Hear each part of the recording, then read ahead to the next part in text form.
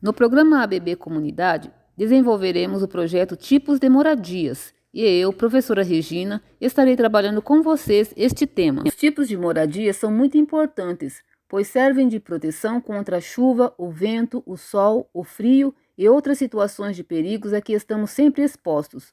Existem diversos tipos de moradias e suas construções estão relacionadas com a cultura de cada povo. Como surgiram as moradias?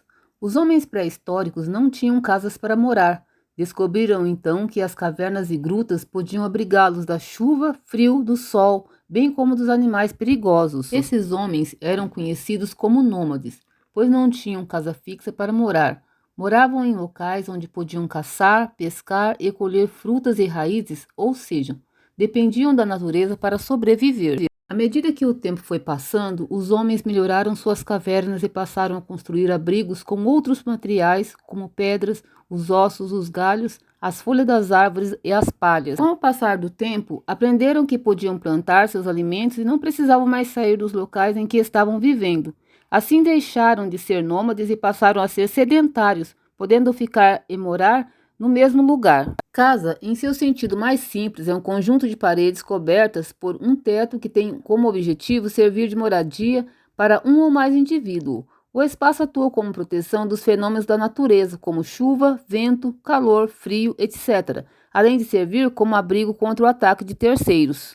Depois que o homem começou a ser sedentário, começou a construir suas casas, e com o passar dos anos, essas construções foram evoluindo, como por exemplo, a oca. A oca é uma residência típica dos indígenas brasileiros e são feitas basicamente de troncos de árvores na estrutura e palha na cobertura. Não há divisões internas ou janela nas ocas. Iglu é uma construção feita de blocos de neve. É usada como abrigo contra o frio extremo em regiões polares. Normalmente, os iglus apresentam a forma de uma cúpula. Apesar de existir iglus de outras formas, eles são utilizados como abrigo temporário para os caçadores durante o inverno. Pau a pique é uma das mais antigas quando falamos de casas, também conhecida como taipa de mão. A técnica consiste no entrelaçamento de madeiras que formam vãos.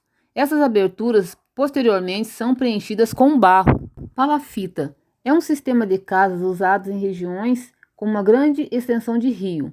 As casas geralmente são de madeira e construídas sobre estacas que ficam sobre a água. São tipos de casas relacionadas à população de baixa renda, que moram em lugares afastados do centro e dependem do rio para garantir o seu sustento. Alvenaria. A alvenaria é o método construtivo mais usado nas casas brasileiras. Os materiais utilizados nas estruturas são tijolos, argamassa, entre outros, de acordo com a necessidade da obra.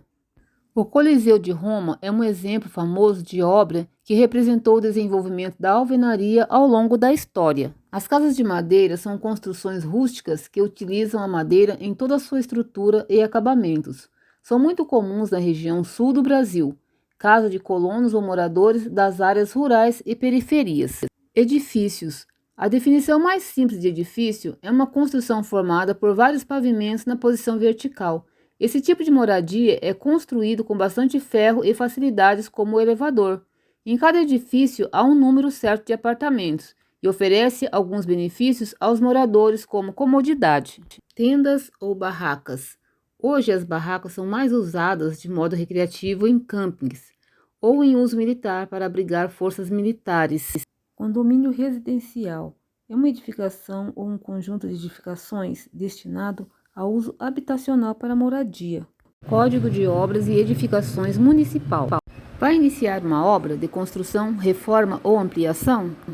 Antes de iniciar uma obra, é preciso procurar a Prefeitura Municipal e retirar seu alvará de construção. Nenhuma obra pode ser iniciada sem a retirada do alvará de construção.